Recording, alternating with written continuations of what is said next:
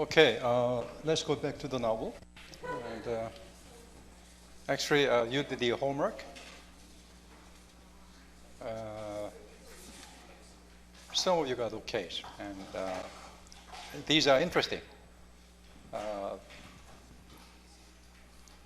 Cheong, the best chapter is 10, flower, when the earth hugs the rain blooms, thunder burst out of over several pages. I witnessed sin. The sin was such a demonical joy, but it was pure, like an orange tended by sunshine as well. The fusion of Mellows Koni has face of Asura, a little perpetual giant of Buddhism that has face of both angel and devil.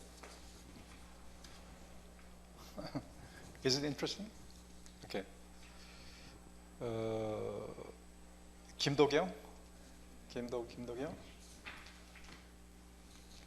Second paragraph. Though his views were difficult to understand, he came to the conclusion that Mellows' ultimate goal is not shallow sexual pleasure, but rather mutuality, love, and tenderness through the bonding experience of simultaneous orgasm, while Mellows conveys more than anything is an attitude to sensuality and to the body, an appreciation of the physical. His character is in direct contrast with the Clifford, who is physically and mentally incapacitated. Especially the scene of Clifford's wheelchair being stuck and then pulled out by Mellows allows us to compare the angry ruling classes and the calm and dignified serving classes. Clifford as well as Mellows are more than characters in a novel. They are allegorical figures, each representing the idealistic, irrational aristocracy and the sensual savage man. Good point, but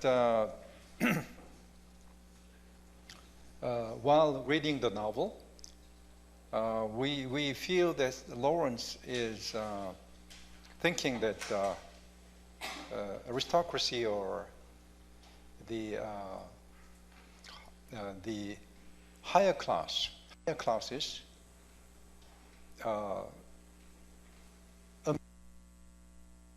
with what we call higher class, nobility and humanity is born, right? For example, there's an example. Kone's constant sister, Hilda, was born in high class, but she is depicted as inferior to Mellows. Did you read it? Maybe it's after the later chapters. You didn't read it. I finished the novel, and I feel that that's the basic sense. You're born with dignity, human dignity, right? And you're born cheap, base, from the very beginning. There is such kind of understanding. If you look at, if you read the whole story, and also Kim Jae-won, did you get this information from somewhere? The fact, oh, we got the same idea, right? I felt some descriptions by D.H. Lawrence, strikingly almost the same as in the poem, I Wandered Lonely as a Crowd by William Wordsworth. We're going to compare them. Okay, good. Okay, and Kim Jae-won again. In chapter 8, Coney meets Mellows with his dog in a little clearing, and they both see resentment at each other when Mellows hates her for being a woman. Private.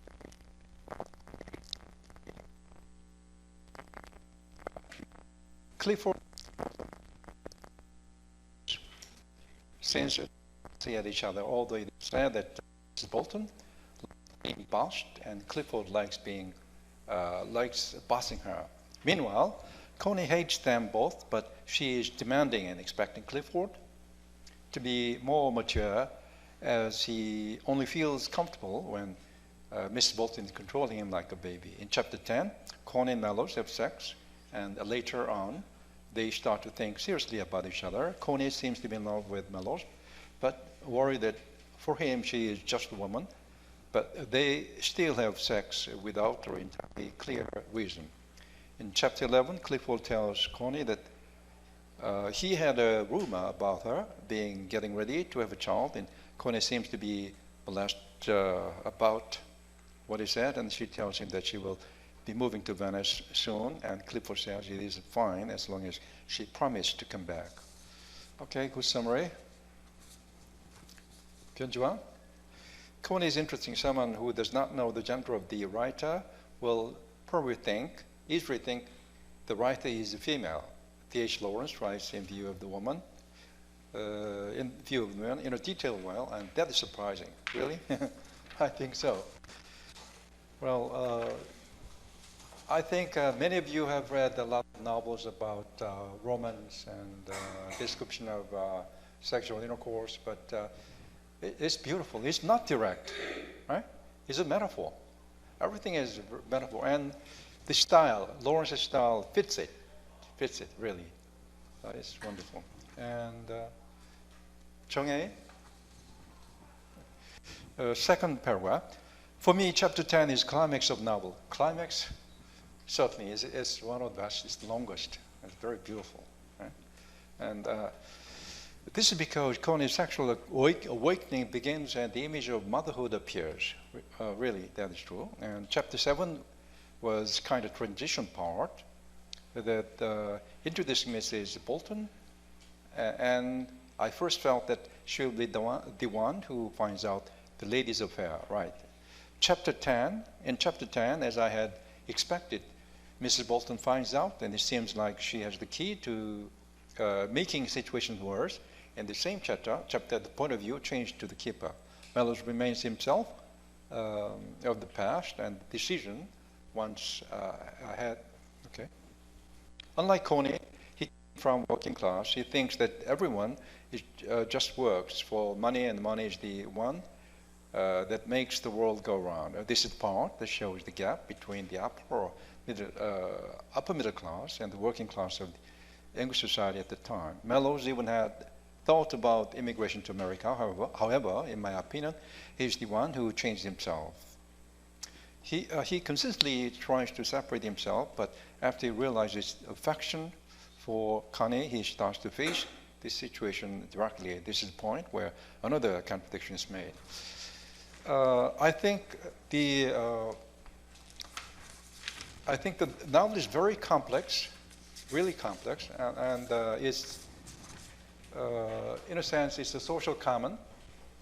It's a commentary on society and industrialization and money and humanity becoming cold and calculating, and this horrible thing, right? So, but the ending is very hilarious, very funny, right? The last sentence ends with the depiction of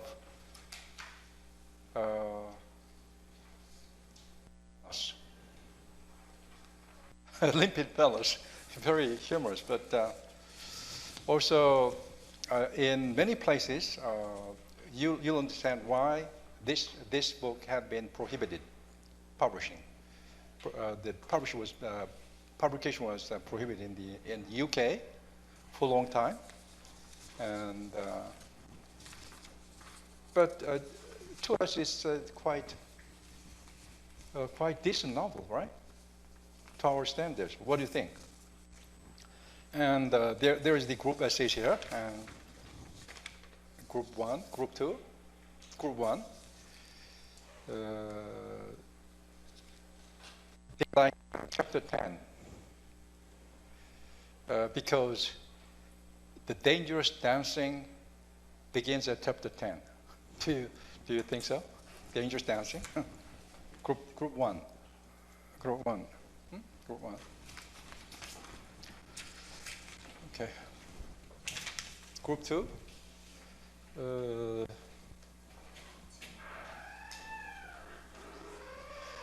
Melrose only likes femininity, not her as a person mentally. Really? Group 2. Group 2.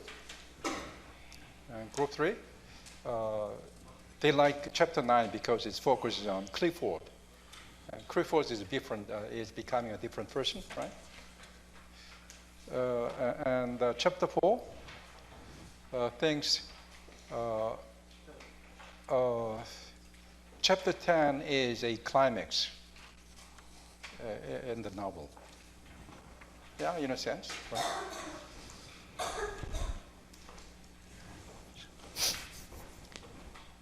Okay, let's go to the novel. It's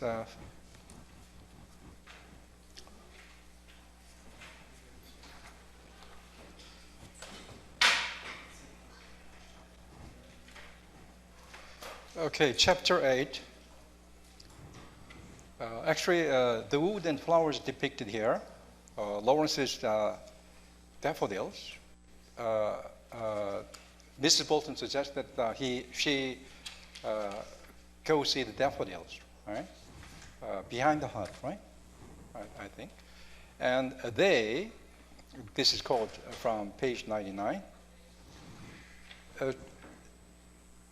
And they were there, the show stem flowers, rustling and fluttering and shivering, so bright and alive, but with nowhere to hide their faces, as they turned them away from the wind.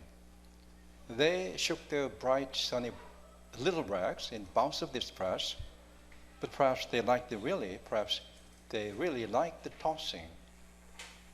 And if you read the poem itself, you find at least a couple of interesting words, almost the same words. And here is the Wordsworth's poem. The title is I Wandered Lonely as a Crowd.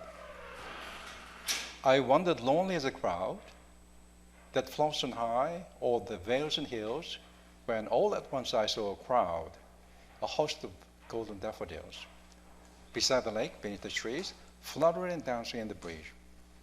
Continuous as the stars that shine and twinkle on the Milky Way, they stretched in never-ending line along the margin of the bay. 10,000 saw I at a glance, tossing their heads in sprightly dance. Actually, you see alive, bright, tossing, fluttering, all these words are in the poem, right? So D.H. Lawrence must have read this poem, right, actually.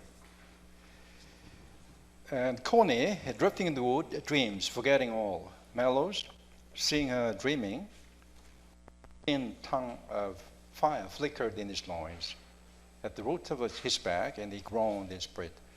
This is the first encounter, right, actually, right? And Coney and Melrose hated each other, right, when they first met.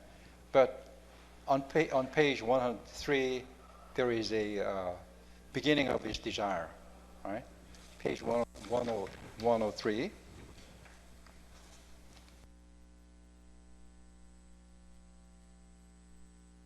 Right. Second paragraph on page 103. So she sat in the doorway of the hut. He's not there, right? So, okay, let's go back to page 102, last paragraph. Page 102, last paragraph. So Coney watched him fixedly at the same solitary aloneness she had seen in him naked.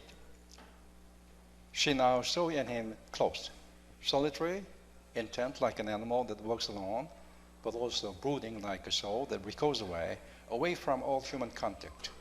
Actually, Coney saw him, had seen him previously, right? He had been taking shower, right? So this is the description of that scene, right? Silently, patiently, he was recoiling away from her. Even now, it was the stillness and timeless sort of patience in a man impatient, passionate. They touched Connie's womb. It's strange. Lawrence liked this phrase. He used the same expression describing the guy, right? Michaelis, right? She saw it in his bent head, the quick, quiet hands, the crouching of his slender, sensitive loins, something patient and withdrawn. She felt this experience had been deeper and wider than her own, and much deeper and wider, perhaps more deadly. And this relieved her of herself. She felt almost irresponsible. So this is the beginning, right? So she sat in the doorway of the hut in a dream, utterly unaware of time and of particular circumstances. She was so drifted away that he glanced up at her quickly and saw the utterly still, waiting look on her face. To him, it was a look of waiting, and a little thin tongue of fire suddenly flickered in his loins at the root of his back, and he groaned in spirit. Right. So this is the beginning, right? The third encounter in the way of the hut sparks fire in both, in Connie and Melrose. And there is we can glimpse at Lawrence's view of literature. Let's go page 108.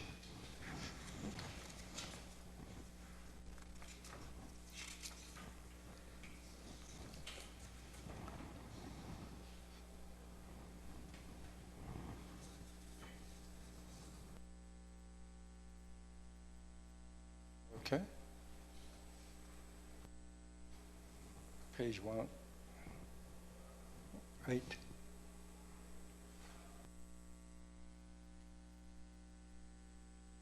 Second paragraph, after the dialogues. First paragraph, actually, after the dialogue. 1, 2, 3, 4, 5, 6. Okay, from the very beginning, he took them and looked at them curiously. Thou still unravished bride of quietness, he quoted. It seems to fit flowers so much better than Greek vases. Looking at the flower, Clifford makes a comment. This is the comment, and this comment is actually a quotation from John Keats' Grecian Urn, Ode on the Grecian Urn. It's a poem. First line begins with this, right? So, ravished is such a horrid word, and thou still unravished bride of unquietness, he quoted. It seems to fit flowers much better than Greek vases. And this is a reaction by Connie. Ravished is such a horrid word, she said. It's only people who ravish things. Oh, I don't know.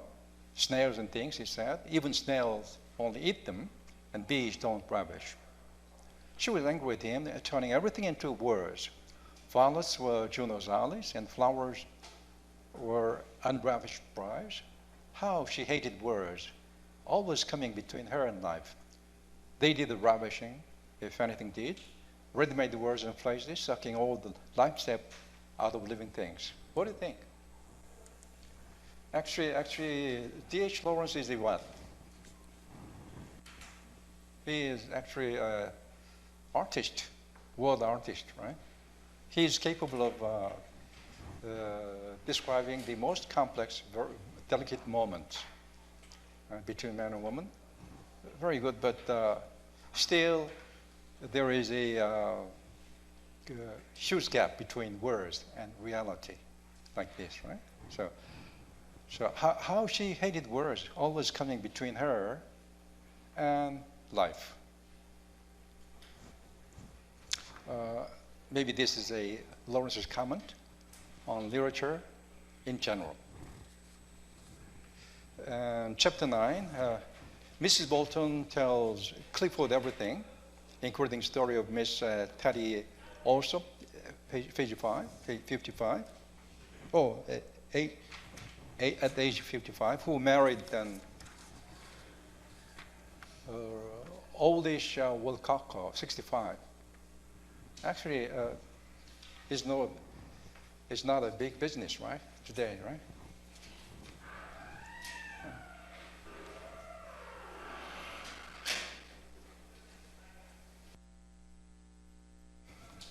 Okay, chapter 9 is a very short one. Chapter 9, it actually is about Bolton and Mrs. Bolton and Connie. It's a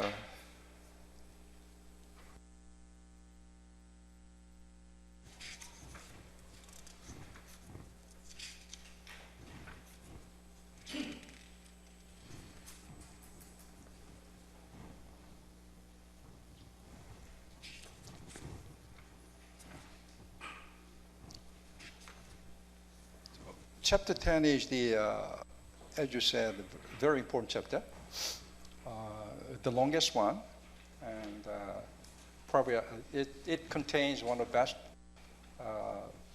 description between a man and woman, describing the act, right?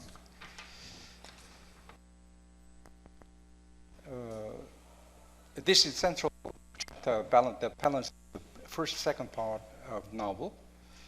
Oliver Mellors loves Constance Reed. In this chapter,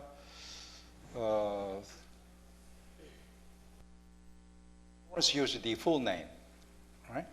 Oliver Mellors and Constance Reed, right? While Ivy Bolton glimpses it outside the house, what is happening, right? Rugby Hall at the breaking dawn. Goodness, the knowledge went through Miss Bolton like a shot. He was Lady Chatterley's lover. He, right? Page 172.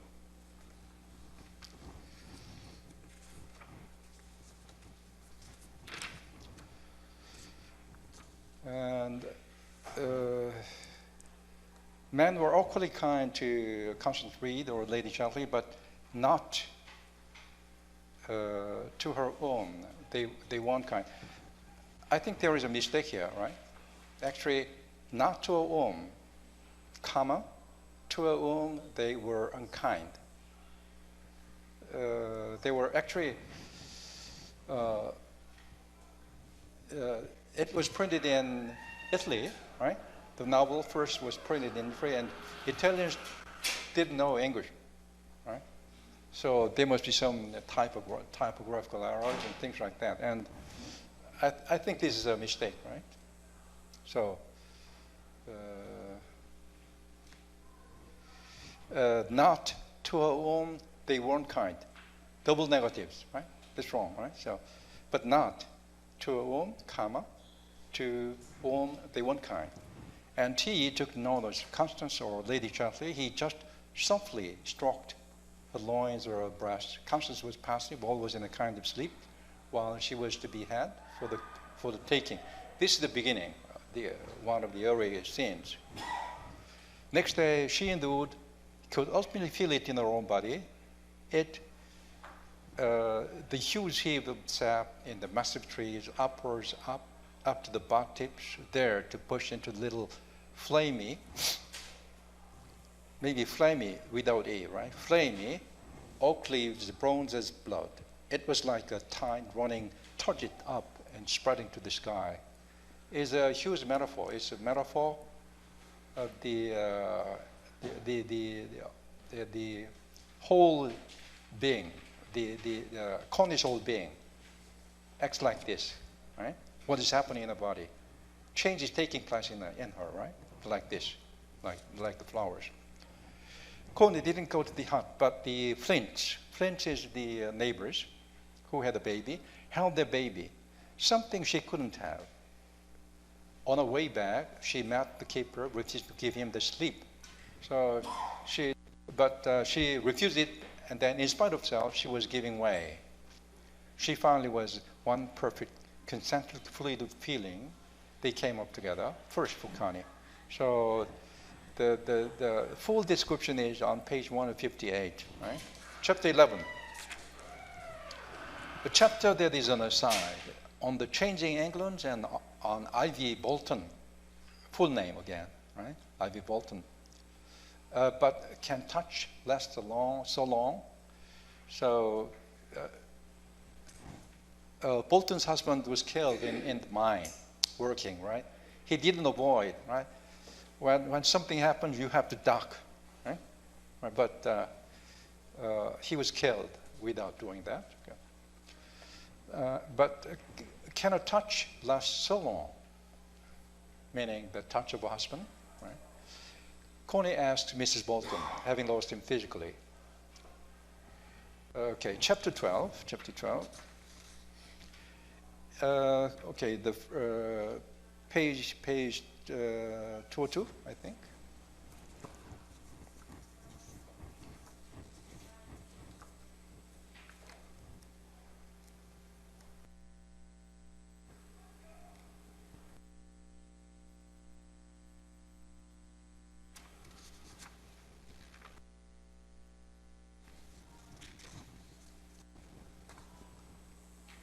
Okay.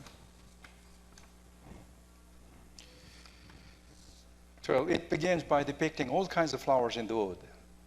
The last sentence of the first paragraph ends, everywhere the butternuts and the lip of life.